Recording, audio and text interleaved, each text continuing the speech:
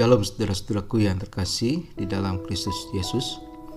Mari kita akan kembali belajar firman Tuhan di dalam seri Hidup Bersama Tuhan dengan saya, Pendeta Santobi. Saat ini kita akan membahas tema Tetap Tangguh di Masa Pandemi. Saudara-saudaraku yang terkasih, pandemi COVID-19 menjadi momok yang menakutkan sejak muncul di Wuhan Januari 2020. Sudah beberapa bulan berlalu, pandemi ini tidak juga berlalu, bahkan semakin meningkat orang yang terpapar virus ini. Ada ketakutan dan kekhawatiran menghadapi situasi seperti ini. Mulai banyak orang yang gelisah dan takut menghadapi masa depan. Sebagian orang sudah mulai putus asa karena tidak tahu lagi harus melakukan apa di masa pandemi ini. Tekanan demi tekanan selalu hadir, dan terkadang tidak tahu harus bagaimana menghadapi situasi seperti ini. Nah, sebagai anak-anak Tuhan, tentu kita mengalami hal yang sama. Tidak seorang pun yang bisa menghindari situasi seperti ini. Pertanyaannya adalah, bagaimanakah kita bisa menghadapi situasi pandemi ini? Bagaimanakah kita tetap kuat dan tangguh menghadapi terjangan badai pandemi ini? Saat ini kita akan belajar dari firman Tuhan bagaimana kita tetap tangguh menghadapi tekanan-tekanan hidup yang berat, terutama di masa saat ini, masa pandemi COVID-19. Nah, seringkali ada beberapa hal yang penting bagi kita untuk kita bisa tangguh. Yang pertama, beribadah kepada Allah. Ibadah merupakan panggilan bagi kita setiap anak-anaknya untuk menyembah kepada Allah. Hanya saja, apakah manfaatnya ibadah itu? Apakah ibadah hanyalah keinginan Allah untuk kita menyembahnya? Nah, saudara, ibadah adalah sebagai bentuk di mana kita, umatnya, datang kepadanya untuk memuji dan menyembahnya, serta menerima berkat dan janji pertolongan dan penyertaannya dalam kehidupan kita. Ibadah sebagai bentuk pengakuan bahwa hidup kita membutuhkan anugerah dan pertolongan Tuhan di dalam kehidupan ini. Di dalam ibadah juga kita menaruh harapan kita kepada Allah yang menerima pujian dan doa-doa kita. Nah, Paulus berkata di dalam 1 Timotius 4 ayat 8-10, latihan badani terbatas gunanya, tetapi ibadah itu berguna dalam segala hal, karena mengandung janji, baik untuk hidup ini maupun untuk hidup yang akan datang. Perkataan ini benar dan patut diterima sepenuhnya. Itulah sebabnya kita berjerih payah dan berjuang, karena kita menaruh pengharapan kita kepada Allah yang hidup, Juru Selamat semua manusia, terutama mereka yang percaya. Tanpa ibadah kepada Tuhan, apa yang kita lakukan dan perjuangkan dalam hidup kita tidak akan diberkati oleh Tuhan. Semua akan sia-sia dan berlalu begitu saja tanpa ada makna dalam kehidupan kita. Musa pun berkata kepada umat Israel pada waktu mereka keluar dari tanah Mesir, "Tetapi kamu harus beribadah kepada Tuhan Allahmu, maka Ia akan memberkati roti makananmu dan air minumanmu, dan aku akan menjauhkan penyakit dari tengah-tengahmu." Beribadah membawa kita di dalam kasih anugerah Tuhan dan berkat-berkat-Nya seperti ucapan berkat yang disampaikan oleh para imam. Tuhan memberkati engkau dan melindungi engkau. Tuhan menyinari engkau dengan wajah-Nya dan memberi engkau kasih karunia. Tuhan menghadapkan wajah-Nya kepadamu dan memberi engkau damai sejahtera. Ketika kita mencari Tuhan baik secara komunal maupun secara pribadi, Tuhan akan berkenan dan memberkati kehidupan kita. Dengan demikian, di masa pandemi ini kita tetap tangguh karena memiliki pengharapan di dalam Allah yang memanggil kita menjadi umat-Nya. Kedua, belajar firman Tuhan. Firman Tuhan yang diberikan kepada kita adalah catatan dari kisah bagaimana Allah mengasihi manusia yang berdosa dan memberikan pertolongan, keselamatan, dan penyertaan-Nya yang ajaib bagi umat-Nya. Paulus berkata dalam Roma 15 ayat 4, sebab segala sesuatu yang ditulis dahulu telah ditulis untuk menjadi pelajaran bagi kita, supaya kita teguh berpegang pada pengharapan oleh ketekunan dan penghiburan dari kitab suci. Firman Tuhan menjadi pelajaran bagi kita, bagaimana kita harus hidup tangguh di masa sulit sekalipun. Alkitab bukan hanya kisah sukses tokoh-tokohnya tanpa mengalami hambatan dan tantangan, tapi justru Alkitab mencatat tokoh-tokoh Alkitab yang mengalami banyak kesulitan dan tantangan, tetapi tetap tangguh bahkan mereka dapat menyelesaikan perjuangan mereka sampai akhir hidup mereka. Yusuf, Daniel, Sadrak, Mesak, Abednego, Nehemia, Daud, dan bahkan Paulus sendiri menghadapi banyak tantangan dan pergumulan berat, tetapi mereka tetap tangguh menghadapi semuanya. Bukan karena mereka orang-orang yang hebat, kuat, dan luar biasa, tetapi karena ada Allah yang beserta dengan mereka. Karena itu Alkitab menjadi dasar pegangan kita untuk kuat dan tangguh menghadapi segala tantangan dalam hidup kita, secara khusus di masa pandemi ini.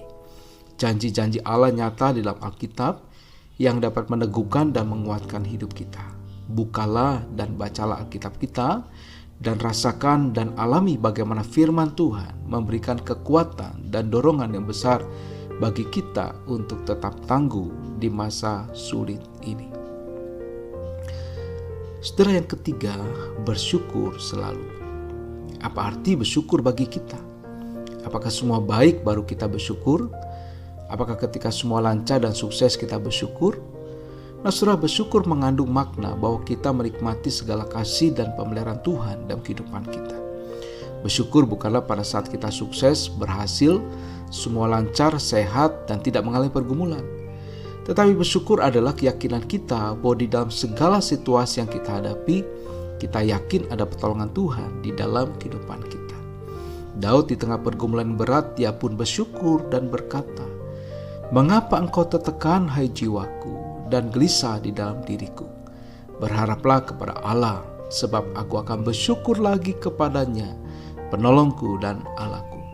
Di tengah jeritan hatinya yang paling dalam, ia pun menyatakan syukur kepada Allah karena dia meyakini bahwa Allah tidak pernah tinggalkan dia dan pasti ada pertolongan nyata dari Allah bagi dirinya. Karena itu, saudara, marilah kita bersyukur di dalam segala perkara yang kita hadapi. Marilah kita selalu mengingat akan kebaikan dan pertolongan Tuhan di dalam kehidupan kita. Karena itu, membuat kita percaya bahwa di masa depan pun, di masa pandemi ini, ada pertolongan Tuhan bagi kita. Dan hidup dengan rasa syukur akan membuat kita memiliki damai sejahtera, seperti yang dikatakan oleh Rasul Paulus dalam Filipi 4 ayat 6 dan 7. Janganlah hendaknya kamu khawatir tentang apapun juga, tetapi nyatakanlah dalam segala hal keinginanmu kepada Allah, dalam doa dan permohonan dengan ucapan syukur. Damai sejahtera Allah yang melampaui segala akal akan memelihara hati dan pikiranmu dalam Kristus Yesus. Hidup dengan rasa syukur memberikan ketenangan karena kita tahu ada Allah yang bersama dengan kita. Kita dapat tangguh menghadapi masa pandemi ini karena kita tahu bahwa ada Allah yang siap menolong kita dan menyertai kita melewati semua kesusahan ini, seperti yang dinyatakan oleh Daud. "Sekalipun aku berjalan dalam lembah kekelaman, aku tidak takut bahaya, sebab engkau besertaku. Gadamu dan tongkatmu itulah yang menghibur aku." Saudaraku, sebagai domba-domba Allah, marilah kita bersyukur bahwa Allah tidak akan pernah meninggalkan dan membiarkan kita, karena pemeliharaannya selalu ajaib dalam kehidupan kita. Kita tangguh karena memiliki gembala yang baik. Surah yang keempat, belajar mencukupkan diri.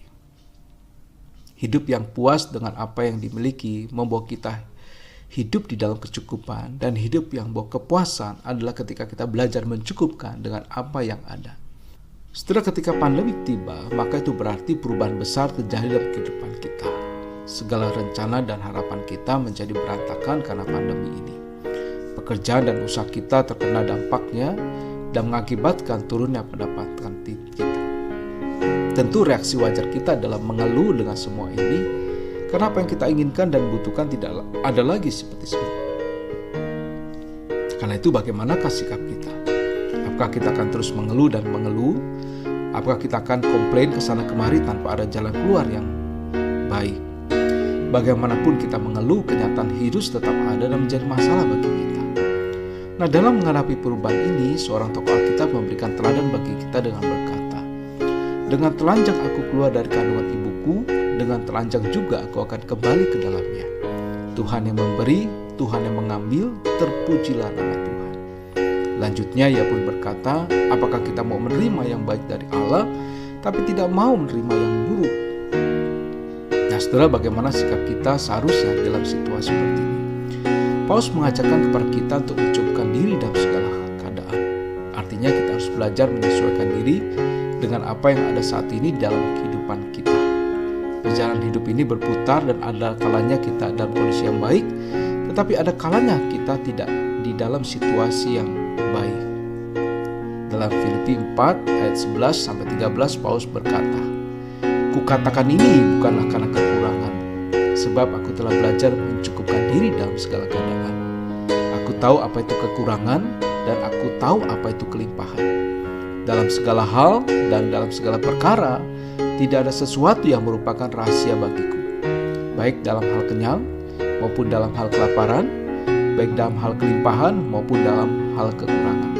Segala perkara dapat kutanggung di dalam Dia yang memberi kekuatan kepadaku." Rasul Paulus tangguh menghadapi kekurangan dalam hidupnya karena dia tahu bagaimana bersikap di masa sulit itu. Dia pernah berkelimpahan, tapi tidak membuatnya mengeluh tak kalah di dalam kekurangan. Justru dia belajar mencukupkan diri dengan apa yang dia miliki dan kerjakan, tetap fokus kepada Allah yang memberikan kekuatan kepada dirinya di dalam situasi apapun. Nah, saudara, demikian pula di dalam hidup kita. Kita akan tetap tangguh jika kita tetap berfokus kepada Allah dan bukan kepada apa yang kita miliki dan kejar di dalam dunia ini. Semua yang ada dalam dunia sementara sifatnya. Ada kalanya ada, tetapi ada kalanya juga lepas dari genggaman kita. Hidup jangan hanyut karena situasi dalam dunia ini, tetapi tetap bertahan dan tangguh bersama dengan Kristus Yesus, Sang Gembala kita yang baik. Kelima dan terakhir, berserah penuh kepada rencana Tuhan. Hidup yang berserah penuh kepada Allah akan membawa kita kepada rencana yang terbaik dalam hidup ini. Walaupun berat jalan yang harus dilalui, tetapi di ujung jalan akan tanpa indah. Seringkali tempat yang indah harus melewati jalan setapak yang terjal dan berbatu. Pada saat kita melewati semua itu, mungkin kita akan marah dan jengkel kepada pemandu kita yang membawa kita kepada tempat itu. Tetapi tak kala tiba di tempat yang tuju, mungkin kita akan kaget dan terpesona dengan indahnya pemandangan dan ciptaan Tuhan yang menakjubkan tersebut. Perjalanan yang sulit tidak lagi membuat kita mengeluh, tetapi justru bersyukur karena Sang Pemandu tetap membawa kita ke tempat tersebut. Hidup kita terkadang demikian. Ada perjalanan hidup yang tidak mudah, ada pergumulan dan kesusahan yang harus kita jalani. Tak kala kita menjalani, mungkin kita jengkel dan marah kepada Tuhan yang mengizinkan kita melewati semua pergumulan hidup ini. Tetapi tak kala semua telah berlalu dan ketika kita melihat betapa ajaib rancangan Tuhan bagi kita dan menerima kebaikannya yang indah, maka kita tak habis-habisnya bersyukur buat semua kebaikan dan rencananya yang indah dalam kehidupan kita. Ketika Tuhan merencanakan umat Israel harus menjalani masa pembuangan selama 70 tahun, rencana ini bukanlah untuk menyiksa, menindas, menekan, dan membuat umatnya susah, tapi justru sedang mempersiapkan sebuah bangsa yang tangguh menghadapi segala macam godaan dan tantangan dalam dunia ini, seperti yang Nabi Yeremia sampaikan. "Sebab aku ini mengetahui rancangan-rancangan yang ada padaku mengenai kamu," demikian firman Tuhan, yaitu rancangan damai sejahtera dan bukan rancangan kecelakaan, untuk memberikan kepadamu hari depan yang penuh harapan. Karena itu marilah kita belajar mempercayakan masa depan kita kepada Allah. Jika Allah izinkan kita mengalami kesulitan dan kesusahan, lihatlah sebagai bagian untuk kita memasuki masa yang indah bersama dengan Tuhan dan untuk menggenapi rencananya yang terbaik bagi kita. Yusuf menjadi teladan bagi kita karena dia tetap tangguh menghadapi semua penderitaan dalam hidupnya karena melihat ada rencana Allah yang indah di dalam hidupnya. Ia pun memberikan kesimpulan perjalanan hidupnya dengan berkata, "Memang kamu telah mereka-rekakan yang jahat terhadap aku, tetapi Allah telah mereka-rekakannya untuk kebaikan dengan maksud melakukan seperti yang terjadi sekarang ini, yakni memelihara hidup suatu bangsa yang besar."